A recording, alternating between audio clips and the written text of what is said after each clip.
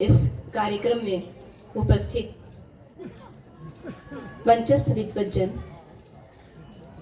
मेरे समक्ष बैठे हुए सभी मातृशक्ति भद्र पुरुषों, प्यारे बच्चों, कन्या गुरुकुल नारायणपुर की ओर से मैं आप सभी का हार्दिक अभिनंदन करती हूँ, वंदन करती हूँ और स्वागत करती हूँ। सर्वप्रथम मैं भाई नागेश जी का बहुत धन्यवाद करना चाहती हूँ कि इतने सुंदर कार्यक्रम का उन्होंने आयोजन किया है। अगर इस तरह के कार्यक्रम आयोजित होते रहेंगे तो हमारे समाज को, हमारे बच्चों को एक नई दिशा प्राप्त होगी। ऐसे कार्यक्रमों में धन का भी व्यय होता है, लेकिन इस धन के व्यय को हम व्यय न करके अगर सदुपयोग कहें तो काफी अच्छा होगा। तो भाई नागेश जी ने अपने धन का सदुपयोग करके दानवीरों के सूची में अपना नाम अंकित किया है। मैं पुनः भाई नागेश जी को और उनके समस्त सहयोगियों को हृदय से धन्यवाद प्रेषित करती हूँ और उनसे यह आशा करती हूँ कि इस तरह के कार्यक्रम समय समय पर करते रहें। आप सभी ने देखा है कि मुझसे अतिरिक्त यहाँ पर मंचस्थ विद्वान बड़े उच्च स्तरीय और वेद वक्ता उपस्थित हैं और जिनकी वेद वाणी से आप सभी लोग सराबोर हो चुके हैं। अल्प समय लूंगी आप सभी का, क्योंकि समय भी हो रहा है। आप सभी ने कुछ समय पूर्व बहुत सुंदर यज्ञ संपन्न किया। आचार्य श्री के मुख से सुंदर वाणी चारों तरफ गुंजायमान हो रही थी। हम सभी मिलकर मंत्र के अंत में स्वाहा स्वाहा की ध्वनि उच्चारित कर रहे थे। अब स्वाहा शब्द क्या है? यजमान बार बार स्वाहा शब्द का उच्चारण करते हैं और मन में यह सोचते हैं कि मैं जो स्वाहा स्वाहा कर रहा हूं, इससे क्या फायदा होगा, इससे मुझे क्या मिलेगा, इससे मुझे किस वस्तु की प्राप्ति होगी। तो स्वाहा का अर्थ है सु अर्थात अपनी पसंद की चीजें अर्थात अपनी प्रिय वस्तुओं का, आहा मतलब आहूत कर देना, अपनी प्रिय वस्तु की आहुति दे देना ही स्वाहा कहलाता है। जैसा कि आचार्य श्री ने अपने श्रीमुख से कहा था कि स्वाहा यज्ञ का प्राण है। स्वाहा का तात्पर्य है त्याग करना, स्वाहा का तात्पर्य है देना, समर्पित करना। अब जब यजमान के मन में यह प्रश्न उठता है कि जो मैं स्वाहा स्वाहा कर रहा हूं, इससे मुझे किस चीज की प्राप्ति होगी, तभी चारों वेद भगवान खड़े हो जाते हैं और उसे कहते हैं कि हे यजमान, हे पुत्र, तू जो स्वाहा स्वाहा की ध्वनि कर रहा है, उसे तुझे यश की प्राप्ति होगी, तुझे धन की प्राप्ति होगी, तुझे ऐश्वर्य की प्राप्ति होगी और एक अनमोल वस्तु की भी प्राप्ति होगी। यजमान उत्सुकता पूर्वक कहता है कि वो अनमोल वस्तु क्या है? तो वेद कहते हैं कि वह अनमोल वस्तु है त्याग। और त्याग करके जो तूने प्राप्त किया है, और वो अनमोल वस्तु है प्रतिष्ठा। वेद कहता है जुहोत प्रचतिष्ठत, अर्थात त्याग करने से प्रतिष्ठा की प्राप्ति होती है। अब आप सोचेंगे कि प्रतिष्ठा क्या है? प्रसिद्धि और प्रतिष्ठा दोनों में क्या अंतर है? प्रसिद्ध जिसे सिद्ध कर दिया गया हो, अर्थात किसी एक गुण के कारण, जैसे आगरा का ताजमहल प्रसिद्ध है अपनी शोभा के कारण, अलीगढ़ का ताला प्रसिद्ध है अपनी मजबूती के कारण, हाथरस का खुरचन प्रसिद्ध है अपने मीठेपन के कारण। तो क्या प्रतिष्ठा प्रसिद्धि एक है? नहीं। प्रतिष्ठा का तात्पर्य है जो सब में, जो प्रत्येक में प्रतिष्ठित हो जाए, अर्थात स्थित हो जाए, वही प्रतिष्ठा है। और स्थित कैसे होगा सब में? जब उसमें अनेक गुण होंगे। जब आपके मन में किसी के लिए श्रद्धा का भाव होगा, प्रेम का भाव होगा, विश्वास का भाव होगा, तब वह आपके हृदय में प्रतिष्ठित होगा। प्रतिष्ठा का स्थान बहुत ऊंचा है, प्रसिद्धि से कहीं बहुत ऊंचा है प्रतिष्ठा का स्थान। और वह प्रतिष्ठा तभी मिलता है जब हम त्याग की भावना से ओतप्रोत हो जाते हैं। मुझे एक दृष्टांत याद आती है इस विषय में। एक काशीपुर नाम का नगर था, उसमें सेठ करोड़ीमल रहते थे। उन्होंने कभी किसी को कुछ दिया नहीं था, वह कभी कुछ किसी को देते ही नहीं थे। धन की इतनी वर्षा उनके घर में हो रही थी, धन उनसे संभाला नहीं जा रहा था।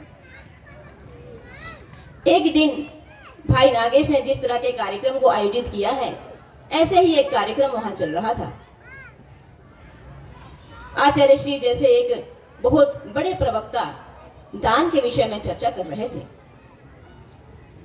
वह दान की महत्ता को सुनकर थोड़ी देर के लिए वहां रुक जाते हैं। उन्हें महत्ता सुनकर अचानक ही विचार आता है कि क्यों न मैं कुछ यहाँ पर कार्यक्रम में दे दूं। वह अंदर जाने की सोचते हैं, किंतु अत्यधिक भीड़ होती है। उस भीड़ में वो अंदर नहीं पहुंच पाते। पास ही खड़े कार्यकर्ता से बोलते हैं कि मेरे पास एक आना है, उसे आप ले जाकर वहां दे दीजिए। जैसे ही प्रवक्ता का प्रवचन समाप्त होता है, मंच से आवाज लगती है कि सेठ करोड़ीमल जहां भी हो मंच पर उपस्थित हो जाएं। अब स्वयं सेवक सेठ करोड़ीमल को लेकर मंच पर उपस्थित हो जाते हैं।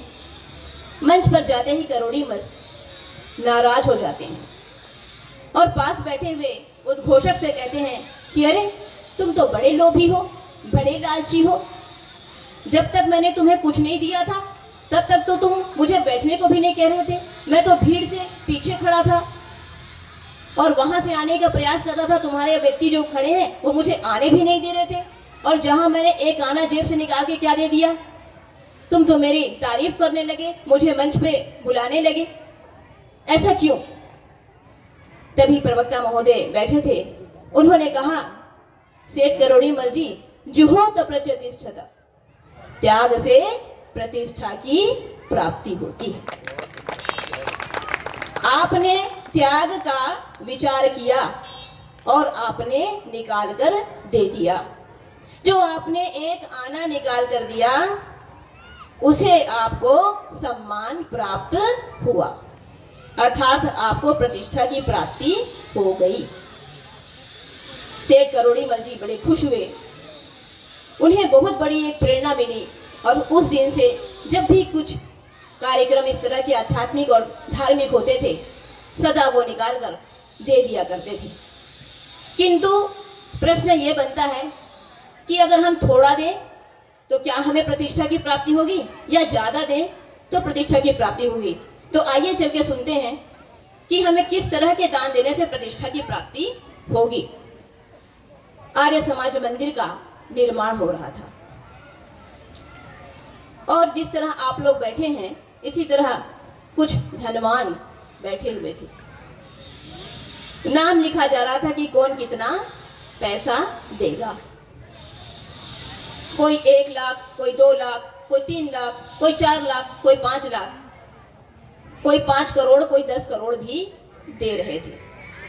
सबसे अधिक जो दान था वो 10 करोड़ का था। तभी राह में चलते हुए एक मजदूर जिसका नाम किशन लाल था, वो आता है और कहता है कि भैया यहाँ पर क्या हो रहा है, किस चीज़ की यहाँ पे बोली लग रही है? बोले यहाँ बोली नहीं लग रही है, यहाँ मंदिर का निर्माण हो रहा है और आप लोग यहाँ जितने बैठे हैं सब लोग दान दे रहे हैं। वो बोला मैं भी कुछ देना चाहता हूँ।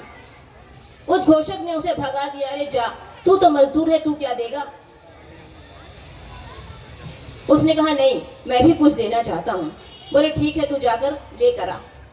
अपने घर जाता है, पैसा लेकर आता है। और वो 10,000 की राशि मंदिर में दे देता है।